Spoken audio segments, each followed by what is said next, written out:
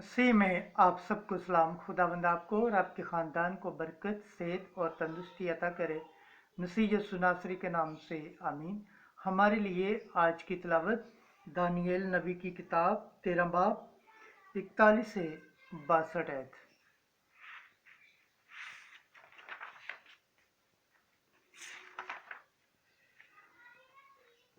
क्या मुझे मरना ही है, हालांकि मैं बेगुनाह हूँ।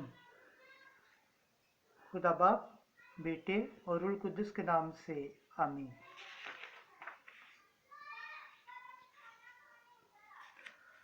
पस मजमा ने उनकी बात का इतबार किया, इसलिए कि वो बुजुर्गों और कौम पर काजी थे। पस उन्होंने उस पर मौत का फतवा दे दिया। तब सोसन बुलंद आवाज से चिल्लाने लगी और कहा कि ए अज़ली खुदा, तू जो पोशीदा बातों से वाकिफ है और वाकिफ होने से पेशतर ही सब कुछ जानता है, तू जानता है कि इन्होंने मेरे खिलाफ झूठी गवाही दी है। देख, मुझे मौत के हवाले कर दिया गया है, हालांकि मैंने कोई ऐसी बात नहीं की जिसका उन्होंने मुझ पर बुहतान बांधा है। और खुदावन ने उसकी सुन ली।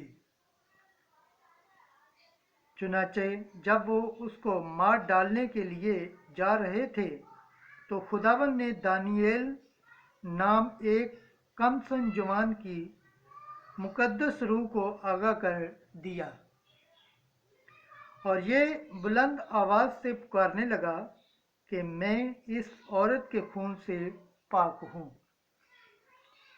सब लोगों ने उसकी तरफ तवज्जो की और पूछा कि ये क्या बात है जो तूने कही है। उसने उनके दरमियान खड़े होकर कहा, ए बनी इसराइल, क्या तुम ऐसे ही कम अकल हो कि तुमने इस अमर की तफ्शीश और तहकीक के बगैर ही इसराइल की एक बेटी पर फतवा दे दिया है। अदालतगाह की तरफ वापस चलो, क्योंकि इन दोनों ने इसके खिलाफ इस पर झूठी गवाही दी है। इस पर सब लोग शताबी से वापस लौटे और बुजुर्गों ने उससे कहा कि आ हमारे दरमियान बैठ और हमें आगाह कर, क्योंकि खुदा ने तुझे बुढ़ापे की फजीलत दी है। और दानिएल ने उन लोगों से कहा कि इन दोनों को एक दूसरे से अलग कर दो और मैं इनका इम्तिहान करूंगा। जब वो एक दूसरे से अलग कर दिए गए, तो उसने उनमें से एक को बुलाया और उससे कहा, ऐ तू जो हर रोज शरारत करते करते उम्र दराजी तक पहुंच गया है, जो गुनाह तू पहले करता रहा है उनकी भी तुझे अब सजा मिलेगी। यानी कि तूने जुल्म के मुकदमे किए और तूने बेगुनाहों पर फतवा दिया और मुजरमों को छोड़ दिया, हालांकि खुदा ने फरमाया कि तुम बेगुनाहों और सादकों को कत्ल न करो। बस अब अगर तूने दर हकीकत उसे देखा है, तो बता किस दरख्त के नीचे तूने उनको इकट्ठे देखा। उसने कहा कि मुक्सी के दरख्त के नीचे। इस पर दानिएल ने कहा कि तूने अपने ही सर के खिलाफ झूठ बोला है, हालांकि खुदा के फरिश्ते ने खुदा से हुक्म पाया है कि तुझे दो हिस्सों में काट डाले। फिर उसने उसको एक तरफ कर दिया और दूसरे को पेश करने का हुक्म दिया और उससे कहा, ऐ तू के किनान की नस्ल है, ना कि यहूदा की। हुसन ने तुझको धोखा दिया है और शहवत ने तेरे दिल को शरारत के हवाले कर दिया है। तुम इसराइल की बेटियों से इसी तरह करते रहे हो और वो डर के मारे तुमसे मिलती रहीं, लेकिन यहूदा की इस बेटी ने तुम्हारी शरारत की बर्दाश्त नहीं की। बस अब मुझे बता कि किस दरख्त के नीचे तूने उनको इकट्ठे पाया। उसने कहा कि बलूत के नीचे। दानियेल ने उससे कहा कि तूने भी अपने ही सर के खिलाफ खूब झूठ बोला है। हालांकि खुदा का फरिश्ता तलवार लिए हुए आमादा है कि तुझे 2 हिस्सों में काट डाले और तुम दोनों को हलाक कर दे। इस पर तमाम मजमा बुलंद आवाज से नारा मारने लगा और उन्होंने खुदा को मुबारक कहा, जो अपने भरोसा रखने वालों को बचा लेता है। और वो उन दोनों बुजुर्गों की मुखालफत में खड़े हो गए। हालांकि दानियेल ने उन्हीं के मुंह से साबित कर दिया कि उन्होंने झूठी गवाही दी है और उनसे वही किया गया जो वो बदनीयती से अपने हमसाए से करने लगे थे, और वो मूसा की शरीयत के मुताबिक कत्ल कर दिए गए, और यूं उस रोज बेगुनाह खून बच गया। खुदावंद के पाक कलाम पढ़े और सुने जाने पर खुदावंद की बरकत हो, खुदावंद का शुक्र हो, आमीन। आज का ज़बूर पढ़ा जाएगा, ज़बूर 22 पहली आयत से 6 आयत। जमायती जवाब। मैं किसी आफत से न डरूंगा क्योंकि तू मेरे साथ है।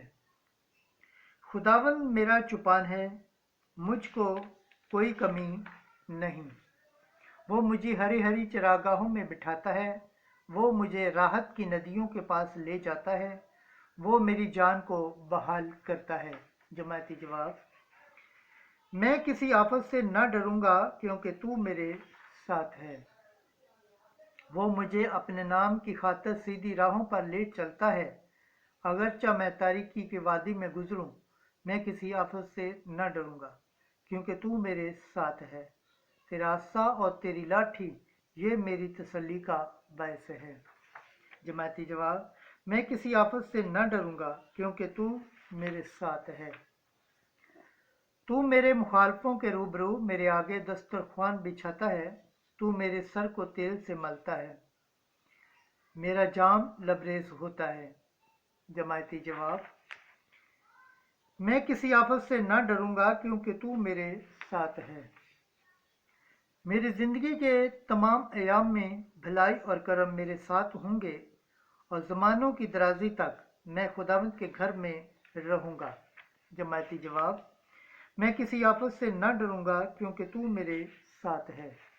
खुदावंद के पाक कलाम पढ़े और सुने जाने पर खुदावंद की बरकत हो, खुदावंद का शुक्र हो, आमीन। नारे हम। अब कबूलियत का वक्त है, अब निजात का दिन है। आज की अंजील मुकद्दस यूहन्ना के मुताबिक 8 बाब पहली आयत से 11 आयत। जो तुम में है बेगुनाह हो वही पहले उसके पत्थर मारे। उस वक्त यसू कोहे सतून को गया और सुबह सवेरे फिर हैकल में आया और सब लोग उसके पास आए और वो बैठकर उन्हें तालीम देने लगा। तब फकिया और फरीसी एक औरत को लाए जो ज़िना में पकड़ी गई थी और उसे बीच में खड़ा करके उससे कहा, ऐ उस्ताद, ये औरत ज़िना में ऐन फेल के वक्त पकड़ी गई है। मूसा ने तो शरीयत में हमको हुक्म दिया है कि ऐसियों को संसार करें, बस तू क्या कहता है? उन्होंने ये उसे आजमाने के लिए कहा था ताकि उस पर इल्ज़ाम लगाने की वजह पाए। मगर यसू झुककर उंगली से ज़मीन पर लिखने लगा और जब वो उससे सवाल करते ही रहे तो उसने सीधे होकर उनसे कहा, तुम में जो बेगुनाह हो वो ही पहले उसके पत्थर मारे। और फिर झुककर ज़मीन पर लिखने लगा। और वो ये सुनकर बुजुर्गों से लेकर एक एक करके चले गए और यस्सु अकेला रह गया और औरत बीच में खड़ी रही।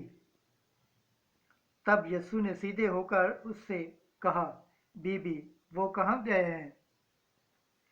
क्या किसी ने फतवा नहीं लगाया? उसने कहा, ए खुदावंद, किसी ने नहीं।